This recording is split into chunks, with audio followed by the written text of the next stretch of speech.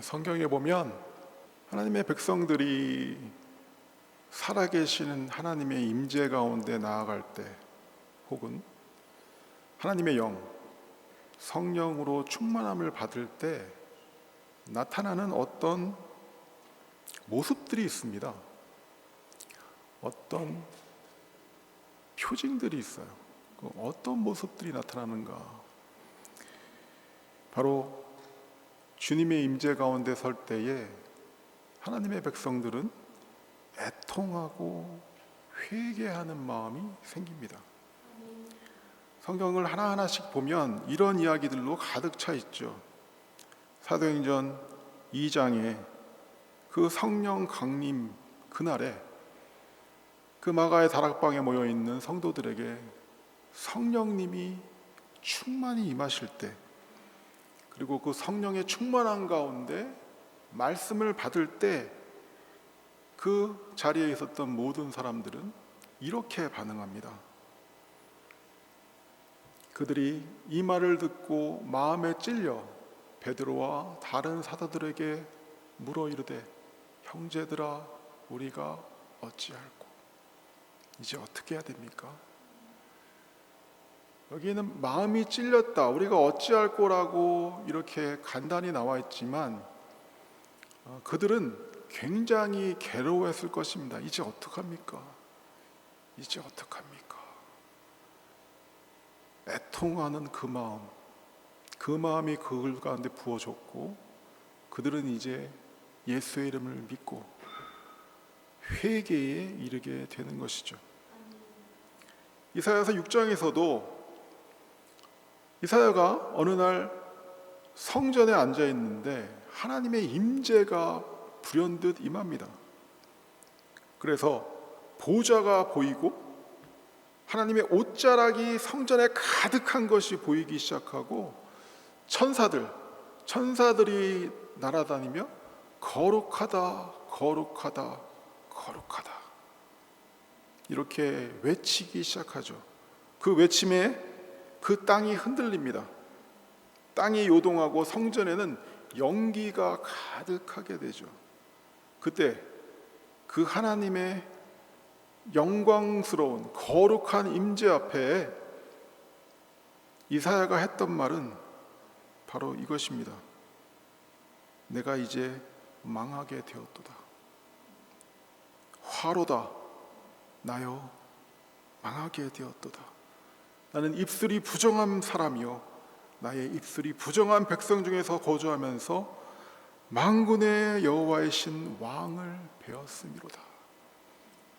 하나님의 임재가 있을 때, 거룩한 영 성령이 임할 때 그들은 이렇게 애통합니다. 왜 그럴까요? 그 거룩함에 자신의 모든 추악함과 합당치 않음, 더러움이 드러나기 때문에 바로 이렇게 반응하는 것이죠. 누가복음 5장 8절에 보면 예수님을 처음 만났을 때 베드로는 이렇게 말합니다. 내가 당신을 기다려왔습니다. 이제야 만나는군요. 기쁩니다. 당신을 따르겠습니다. 이렇게 얘기하지 않습니다. 그분이 신령한 분, 하나님으로부터 온 분인 것을 깨닫고 시몬 베드로는 예수님의 앞에 무릎을 꿇고 이렇게 말하는 거죠. 시몬 베드로가 이를 보고 예수의 무릎 아래에 엎드려 이르되, 주여, 나를 떠나소서, 나는 죄인으로소이다. 하나님의 임재 앞에, 거룩한 영 성령의 임재 앞에 우리 인간은 이렇게 애통하는 마음이 될 수밖에 없다는 것을 우리가 볼 수가 있습니다. 뿐만 아니라 이 교회의 역사, 지금까지 2000년이 넘는 이 교회의 역사 가운데 소위 말하는 부흥의 때가 있었습니다. 예를 들어서 평양 대부흥, 미국에도 몇 번의 그런 부흥의 때가 있었습니다. 위튼 대학교 부흥, 영국에도 있었고요. 하나님의 교회가 있는 곳에는 주님께서 때에 따라서 성령의 강력한 역사로 부흥을 이루어 주십니다. 그때 나타나는 첫 번째 반응이 무엇이냐? 바로 죄를 아파하고 그 죄를 부르짖는 것입니다. 위튼 대학이라는 대학교가 일리노이에 있습니다. 시카고에 좀 더 가면 있는데, 이 대학이 미국의 기독교 대학에 굉장히 중요한 자리를 차지하고 있죠. 이 대학에 1995년과 1950년에 부흥이 있었습니다. 그 부흥 때에 학생들이 어떻게 반응했느냐? 모든 학생들이 자기의 죄를 자복하기 시작하는 겁니다. 근데 그냥 죄가 아니라 도저히 입 밖으로 낼 수 없는 그 추악한 죄악들을 앞에 나와서 이야기하기 시작하는 겁니다. 근데 그 추악한 죄악을 들었을 때 사람들도 함께, 그 성령이 그 자리에 있었기 때문에 함께 슬퍼하고 함께 기도하는 그런 모습이었다라고 역사가들은 기록하고 있죠. 그러면서 예배가 계속 이어집니다. 어느 날 그냥 맨날 있는 채플의 예배 가운데 성령이 임했고, 그 채플이 끝나지 않고 계속 이어지는 겁니다. 적은 수가 모였던 그 자리에 성령이 임하자 150명, 3,000명까지 사람들이 모여들기 시작하면서 무슨 역사가 일어난다? 애통하는 역사. 죄를 아파하고 죄를 고백하지 않을 수 없는 그런 역사가 일어나게 되는 것이죠. 오늘 마태복음 5장에서 예수님은 이 팔복에 대해서 말씀을 하십니다. 산상수훈의 핵심인 이 팔복. 오늘 읽었던 것처럼 심령이 가난한 자는 복이 있나니 천국이 그들의 것이며, 애통하는 자는 복이 있나니 그들이 위로를 받을 것이며. 그러면 심령이 가난한 자와 애통하는 자는 누구인가? 먼저 심령이 가난한 자는 하나님 앞에서 자신의 전적인 무능함과 자신의 죄인됨을 깊이 깨닫게 된 자들입니다. 즉 영적으로 파산한 사람들입니다. 파산하면 어떻게 됩니까? 소망이 없죠. 파산하면 어떻게 됩니까? 내가 할 수 있는 것이 없다는 것을 깨닫고 절망 가운데 놓이게 되잖아요. 영적으로 파산한 사람들, 그 사람이 바로 마음이 가난한 자들이고, 애통하는 자는 누구이냐? 두 번째 복. 마찬가지로 자신의 죄와 연약함, 그리고 이 세상에 있는 죄의 결과들로 나타나는 이 아픔들을 보면서 하나님 앞에 슬퍼하는 자들, 이런 자들이 바로 애통하는 자들이죠. 오직 이런 자들만이 천국을 가지게 되며, 오직 이런 자들만이 위로를 받게 될 것이다 라고 말씀하고 있습니다. 다시 한번 말씀드리면, 영적으로 파산했다. 내 안에는 선한 것이 아무것도 없습니다. 의로운 것도 아무것도 없습니다. 스스로 나를 구할 수 있는 어떤 것도 없다는 것을 깨달은 사람들, 멸망과 지옥으로 떨어져가는 자신을 도울 수 있는 것은 아무것도, 내가 도움을 받아야 될 근거도 아무것도 없는 것을 깨달은 사람들이 바로 이 사람들이죠. 이것을 깨닫게 하려고 하나님은 그 유대 백성들에게 율법을 주셨습니다. 율법을 주신 이유는 무엇입니까? 바로 이 가난하고 애통하는 자로 주님 앞에 나오게 하려고 율법을 주신 것이죠. 상한 심령으로 예수를 붙들게 하려고 율법을 주셨는데, 그러나 인간들은 이 율법 앞에 가난하고 애통하게 서는 것을 피하기 위해서 율법으로 자신의 의를 방어하는 수단을 삼았죠. 그들이 만든 것이 무엇입니까? 그들이 자신도 율법을 지킬 수 없는 것을 뻔히 알면서 그 어딘가 중간에 자기들이 할 수 있는 것을 하나 만들어 놨죠. 그게 무엇입니까? 바로 전통이라는 것을 만들었죠. 이것이 바로 율법주의입니다. 그런데 오늘 이 말씀에서 뭐라고 말합니까? 심령이 가난하고 애통하는 자가 무엇이 있다? 복이 있다. 팔복의 첫 번째, 두 번째, 가장 중요하며 가장 기본이 되는 이 땅과 올 세상에서 복을 받는 가장 중요한 것 두 가지 무엇입니까? 심령이 가난한 것, 애통하는 자. 이 자들이 바로 복을 받게 될 것이다. 모든 인간은, 모든 피조물들은 저주 아래 갇혀 있습니다. 율법의 저주 아래 갇혀 있죠. 그들은 절대 하나님의 나라에 들어갈 수가 없습니다. 영원한 생명에 이를 수가 없습니다. 그들을 기다리고 있는 것은 죽음, 지옥의 형벌뿐이죠. 그런데 이 저주를 벗어나 복을 받게 되는 것은 오직 누가 복을 받게 되는 것이냐? 그 시작은 오직 무엇이냐? 무엇입니까? 마음이 가난한 자, 애통하는 자. 그래서 오늘 이 말씀에서 우리는 마음이 가난한 자로, 애통한 자로 십자가의 은혜를 간절히 붙드는 대로 나아가는 것만이 우리를 저주에서 벗어나 복된 삶으로 옮기는 것이다. 그것을 깨닫게 되는 것입니다. 저는 오늘 이 말씀을 통해서 애통하는 것이 무엇인가? 애통하고 회개할 마음, 애통하고 회개한 마음은 성경에서 과연 무엇인가? 좀 더 자세히 알아보려고 합니다.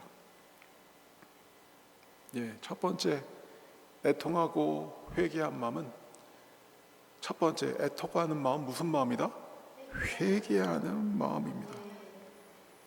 애통하는 마음은 원망하는 마음이 아닙니다. 애통하는 마음은 내가 아닌 다른 곳에서 이 절망의 이유를 찾는 그런 마음이 아닙니다. 그렇다고 자책으로 끝나는 마음도 아닙니다. 애통하는 마음은 아파서 주님께 돌아오는 마음입니다. 은혜에 의지하는 마음입니다. 항복하고 주님께 돌아오는 마음이 바로 애통하는 마음이고 회개하는 마음입니다. 애통하는 마음으로, 두려움으로 끝나면 안 됩니다. 내가 너무 약합니다. 내가 할 수가 없습니다. 나에게는 아무 상한 것이 없습니다. 현재도 그랬고 앞으로 기다리고 있는 것은 절망밖에 없습니다. 그래서 두려운 마음으로 끝나는 것이 애통하는 마음이 아니라, 애통하는 마음은 결국 무엇으로 우리를 이끄느냐? 하나님의 마음, 하나님이 주시는 마음인 능력과 사랑과 절제하는 바로 그 마음을 갖게 되는 것이 애통하는 마음인 것이죠. 오늘 우리가 이 찬양을 했죠. 내 궁핍함을 다 채워주시네. 내 궁핍함을 아시고 다 채워주시네. 내 궁핍함을 깨닫고 내 과거의 죄 때문에, 내 과거의 어리석음 때문에 내가 지금 너무 궁핍한데, 나는 원래 궁핍했는데 이제 어떡하지? 두려움으로 주저하지 않는 것이 하나님이 주시는 마음이 아니라는 겁니다. 하나님이 주시는 마음은 바로 능력입니다. 이제 주님의 능력이 나를 구원하실 것이다. 이제 주님의 능력이 나의 삶을 새롭게 하실 수 있다. 나의 궁핍함을 아시는 주님께서 나로 할 수 있는 자가 되게 하실 것이다. 이게 바로 하나님이 주시는 마음이다. 하나님이 주시는 마음은 두려워하는 마음이 아니요 오직 능력과 사랑과 절제니라. 이것은 누가 한 말인가요? 사도 바울이 디모데에게 한 말입니다. 디모데는 너무 약한 사람이었습니다. 몸도 약했고 심령도 약한 사람. 사실은 그가 지금 감당해야 될 그 사역을 할 수가 없는 사람이라고요. 근데 그가 두려움으로 주저앉아 있습니까? 애통하죠. 애통합니다. 내가 이걸 할 수 없는데요. 도저히 할 수가 없는데요. 애통함으로 주저앉아 있는 게 아니라는 거죠. 주님이 주신 마음은 두려워하는 마음이 아니라 능력. 하나님은 하실 수 있다. 하나님을 나를 사랑하시고 나도 하나님을 사랑한다. 절제. 이 절제를 통하여 훈련을 통하여 나는 결국 할 수 있는 자가 될 것이라는 이 마음, 이것이 바로 필요했던 거죠. 궁핍함을 아시는 주님이 우리들이 궁핍하기 때문에 우리가 얼마나 궁핍한지 너무 잘 알고 계십니다. 우리들에게 희망이 없는 것을 너무나 잘 알고 계십니다. 그 은행에 있는 얼마 안 되는 그 돈, 내가 갖고 있는 이 집, 내가 갖고 있는 자녀, 이것이 얼마나 빈약하고 봄눈의 눈같이 허약한 것인가를 너무나도 잘 알고 있죠. 하지만 주님은 이 궁핍함을 아시고 채워주십니다. 주님의 방법으로 할 수 있게 하시죠. 너 왜 이렇게 궁핍하니? 너 왜 이것밖에 안 됐니? 너는 왜 그 모양이니? 우리들의 궁핍함을 꾸짖으시는 분이 아니라, 우리의 궁핍함을 원망하시는 분이 아니라 우리들의 궁핍함을 채워주시는 분이시다.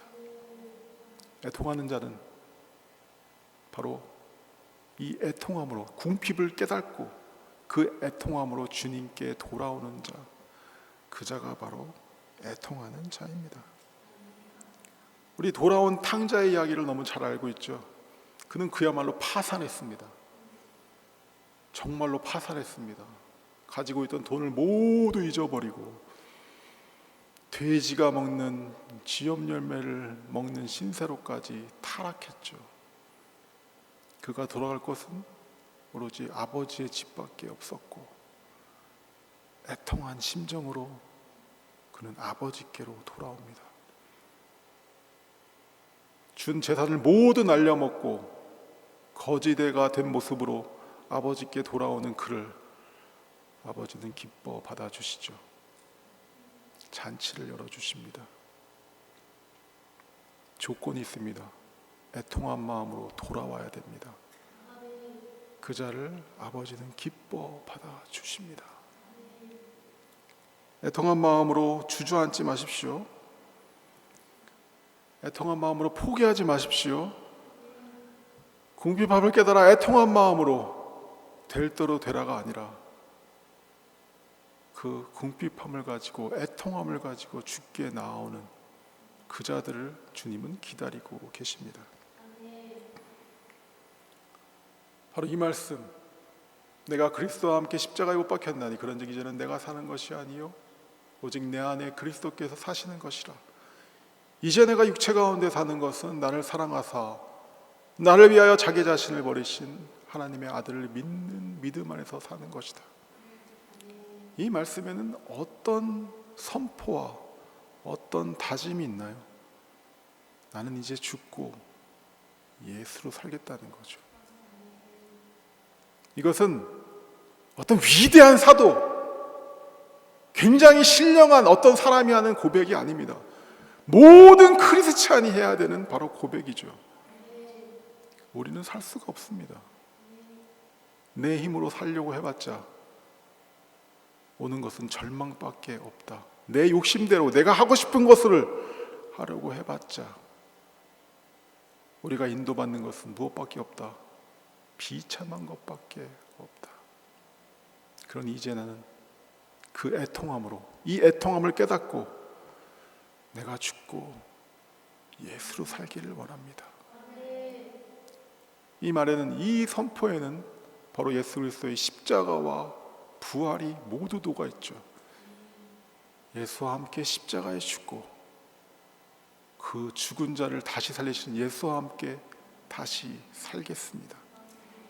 나는 날마다 예수와 함께 죽고 예수와 함께 살겠습니다. 애통한 마음으로 십자가 앞에 나아가고 부활시키시는 주님과 함께 나는 오늘도 살겠습니다라는 크리스찬의 선포입니다. 은혜 앞에 항복하겠다는 겁니다. 나는 나 자신을 내려놓습니다. 주님 나를 인도하시옵소서. 이것은 모든 크리스찬의 간증이 되는 것입니다. 이제 주님께 항복하고 오직 주님의 은혜로만, 오직 주님의 지혜로만, 오직 주님을 따라 살 길을 찾은 자들이, 오직 그 길만이 사는 길임을 찾은 자들이 하는 고백인 것입니다. 그리고 간증인 것이죠. 자기의 죄를 아파하고 연약함에 안타까워하는 마음, 그래서 가난한 마음, 가진 것이 아무것도 없고 내세울 게 아무것도 없는 파산한 상태, 바로 그 상태가 가난한 자요 애통한 자다.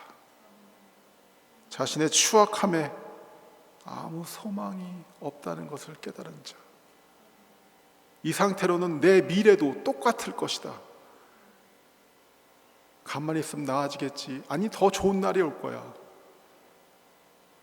애통한 마음이 없으면, 주님께 돌아오지 않으면 절대 그날은 오지 않습니다. 오늘 이 애통함, 나의 추악함을 깨달았을 때 그것은 무엇이 됩니까? 슬픔이 됩니다. 너무 슬픕니다. 내가 이것밖에 안 되니 너무 슬프죠. 그 슬픔은 이제 무엇이 됩니까? 고통이 되죠. 이제 어찌합니까? 이제 어찌할꼬? 그 고통이 바로 애통이죠. 이 고통이 있는 자들은 주님 앞에 돌아옵니다. 회개합니다. 악한 길을 떠날 수밖에 없습니다. 이제 주님께 돌아와 주님의 제자로, 하나님의 자녀로 사는 것이 그의 기쁨이 된다. 마지못해서 내가 살아드리겠습니다가 아니라, 주님 이렇게 살지 않고는 나에게 죽음만이 있기 때문에 주님 앞에 돌아옵니다. 날 좀 살려주세요. 날 좀 받아주세요. 그 자들이 바로 가난하고 애통한 자들이고 바로 회개하는 자들이다. 두 번째, 바로 애통한 마음에 오로지 소망이 있습니다. 오늘 애통하는 자는 복이 있나니 그들이 위로를 받을 것입니다. 하나님께서 왜 나에게 위로해 주시지 않는가? 애통하지 않기 때문이죠. 이 땅에서 위로를 받는 자는 오직 누구밖에 없습니까? 애통하는 자가 위로를 받습니다. 나의 죄를 아파하는 자가,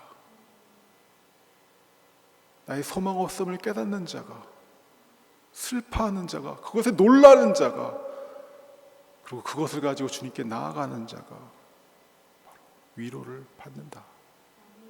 이것이 바로 복음이죠. 죄를 깨닫는 우리는, 나에게 기다린 것은 지옥밖에 없다는 걸 깨닫는 우리는 십자가를 붙들고 은혜의 보좌 앞으로 나아갑니다. 오직 그 자들에게만 소망이 있다.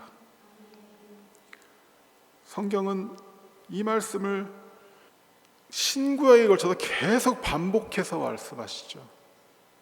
애통한 마음으로, 애통한 마음이 있는 자는 부르짖을 수밖에 없고, 간절한 마음으로 아버지를 찾을 수밖에 없고 그 간절한 마음으로 아버지를 찾는 자들을 아버지는 만나 주신다. 바로 그 자들을 만나 주신다. 교만한 자는 물리치시고 애통한 자는 만나 주신다. 심령이 가난한 자는 복이 있나니 천국이 그들의 것이며 애통하는 자는 복이 있느니 그들이 위로를 받을 것임이라. 시편에도 같은 말씀을 하시는 거죠. 이 공고한 자가 부르짖음에 여호와께서 들으시고 그의 모든 환난에서 구원하셨도다. 예, 그들이 그들의 고통 때문에 여호와께 부르짖음에 그들이 고통에서 그들을 건져셨도다. 누구든지 주의 이름을 부르는 자는 구원을 받으리로다. 함께 있습니다. 시작. 내 힘으로 일컫는 내 백성이 그들의 악한 길에서 떠나 스스로 낮추고 기도하며 내 얼굴을 찾으면 내가 하늘에서 듣고 그들의 죄를 사하고 그들의 땅을 고칠지라. 나를 왜 이렇게 아프게 하셨습니까? 그 아프게 된 원인을 하나님께로부터 찾는 자 애통할 수 없습니다. 내가 왜 이렇게 아픕니까? 그것이 자신임을 깨닫는 자들은 그 악한 길에서 떠나 낮추고 기도할 수밖에 없으며 그렇게 주님의 은혜를 구하는 자들, 얼굴을 찾는 자들을 하나님은 하늘에서 들으시고 그들의 죄를 사하시고 마침내 그들이 삶이 그들의 땅이 고침을 받게 하신다. 이게 바로 복음이고 이게 바로 주님의 사랑이죠. 마지막으로 애통하는 마음이 바로 무엇입니까? 예배입니다. 하나님이 찾으시는 예배자는 어떤 예배자입니까? 영과 진리로 예배하는 자. 하나님께서 참되게 예배하는 자들은 영과 진리로 예배할 때가 오나니 곧 이때라. 아버지께서는 자기에게 이렇게 예배하는 자들을 찾으시느니라. 저는 우리 생명교회가 이 토론토 땅에서 하나님이 가장 기뻐하는 예배를 드리게 되기를 원합니다. 멋진 사운드 시스템, 멋진 성가대, 성전을 가득 채우는 사람들이 만드는 예배가 하나님이 찾으신 예배가 아니라 바로 한 사람 한 사람이 영과 진리로 드리는 예배가 참된 예배다. 더 나아가서 하나님이 찾으시는 것은 예배가 아닙니다. 하나님이 찾으신 것은 예배가 아니라 무엇입니까? 예배하는 사람을 찾으신다. 자기에게 이렇게 예배하는 자들을 찾으시느니라. 우리 생명교회는 하나님이 찾으시는 예배자들이 예배하는 예배가 되기를 소망합니다. 영과 진리로 예배한다. 성령과 말씀으로 예배한다. 성령과 말씀이 임할 때에 사람들은, 죄인들은 어떻게 반응할 수밖에 없나요? 애통할 수밖에 없죠. 아파할 수밖에 없습니다. 뻔뻔하게 고개를 쳐드는 것이 아니라 아파서 저절로 고개가 숙여질 수밖에 없죠. 마음이 부서질 수밖에 없습니다. 마음이 깨어질 수밖에 없습니다. 그래서 히브리서는 이렇게 말하는 것이죠. 하나님의 말씀은 살아있고 활력이 있어 좌우의 날선 어떤 검보다도 예리하여 혼과 영과 및 관절과 골수를 찔러 쪼개기까지 하며 또 마음의 생각과 뜻을 판단하나니 지은 것이 하나도 그 앞에 나타나지 않음이 없고 우리의 결사를 받으시리의 눈앞에 만물이 벌거벗은 것 같이 드러나느니라. 영과 진리로 예배하는 자는 그 앞에 벌거벗겨지며 그래서 애통하는 마음으로 예배할 수밖에 없습니다. 영과 진리로 예배하는 자는 어떤 자들이냐? 마음이 깨어진 자가 드리는 예배고, 상한 심령이 가득한 자가 드리는 예배다. 시편 51편에 이렇게 말씀합니다. 16절과 17절. 주께서는 제사를 기뻐하지 아니하시나니 그렇지 아니하면 내가 드렸을 것이라. 주는 번제를 기뻐하지 아니하시나이다. 하나님께서 구하시는 제사는 상한 심령이라. 하나님이여, 상하고 통회하는 마음을 주께서 멸시하지 아니하시리이다. 상한 심령, 통회하는 마음, 이 마음으로 드리는 예배자를 주님 오늘도 찾고 계신다. 이 예배가 바로 주님이 원하시는 예배고 기뻐하시는 예배다 라고 성경은 분명하게 말씀하고 있습니다. 자신의 죄를 인정하고 마음이 깨어진 사람, 상한 심령이 된 사람이 하는 기도를 기뻐 받으십니다. 그 말씀이 바로 누가복음 18장 9절 이하에 나오죠. 바리새인은 내가 이것도 했습니다. 자신이 한 일을 가지고 주님, 그러니 내 기도를 들어주시옵소서 라고 말을 하죠. 하지만 세리는 뭐라고 말합니까? 함께 읽습니다. 시작. 세리는 멀리 서서 감히 눈을 들어 하늘을 쳐다보지도 못하고 다만 가슴을 치며 이르되 하나님이여 불쌍히 여기소서 나는 죄인이로소이다. 가슴을 친다. 가슴을 치면서 하나님 불쌍히 여기소서 저는 죄인입니다. 심지어 하늘을 바라보지도 못하고 이렇게 기도합니다. 그때 예수님은 이렇게 말씀하시죠. 내가 너에게 이르노니 저 바리새인이 아니고 이 사람이 의롭다 하심을 받았다. 무릇 자기를 높이는 자는 낮아지고 자기를 낮추는 자는 높아지리라. 상한 심령의 예배, 애통하는 저 기도를 들으시는 것을 하나님은 기뻐하시고 이것이 바로 참된 예배가 되는 것입니다. 마태복음 9장 13절에 예수님께서 이렇게 말씀하십니다. 너희는 가서 내가 긍휼을 원하고 제사를 원하지 아니하노라 하신 뜻이 무엇인지 배우라. 나는 의인을 부르러 온 것이 아니요 죄인을 부르러 왔노라. 주님께서 원하시는 것은 불쌍히 여기는 것이다. 너희들이 맨날 와서 마음에도 없는 형식적인 예배를 계속 드리는 것을 원하는 게 아니라 불쌍히 여기는 것이다. 내가 너를 불쌍히 여겼듯 내가 애통해하는 너를, 궁핍한 너를 불쌍히 여겼듯 그 은혜를 받은 자로서 너도 나가서 불쌍히 여기는 자가 되는 것이 바로 내가 원하는 예배이다, 제사이다라고 말씀하고 있는 것입니다. 나는 의인을 부르러 온 것이 아니요 죄인을 부르러 왔노라. 상한 심령으로 마음이 가난하여 애통한 마음으로 주님께 서는 자들을 오늘 주님께서 찾고 계시고 그들의 예배를 받으시는 줄 믿습니다. 말씀을 맺겠습니다. 상한 심령의 예배자를 긍휼히 여기십니다.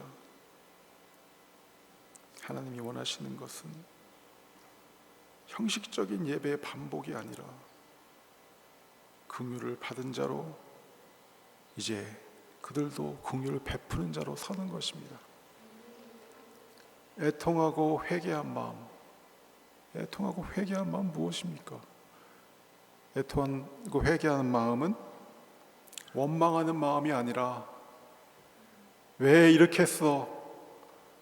누군가를 원망하는 마음이 아니라 가족을 원망하고 성도를 원망하고 과거를 원망하고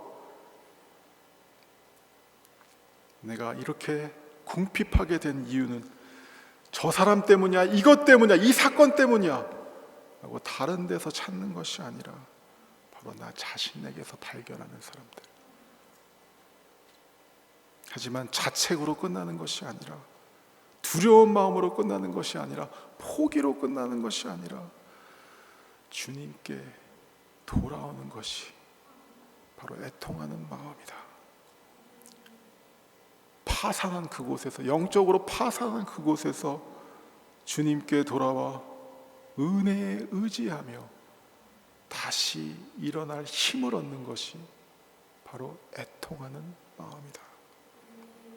두 번째, 오직 애통하는 마음이 천국을 가지게 되며 오직 애통하는 자만이 위로를 받습니다. 오직 애통하는 자에게 소망이 있습니다. 애통하여 간절함으로 하나님을 찾는 자들을 하나님은 도우십니다. 그때 저주에서 벗어나 복된 삶으로 인도하시는 것입니다. 마지막으로 애통하는 마음이 바로 예배입니다. 애통하는 마음이 바로 주님이 찾으시는 예배입니다. 깨어진 마음이, 상한 심령의 마음이 바로 주님이 기뻐 받으시는 예배입니다.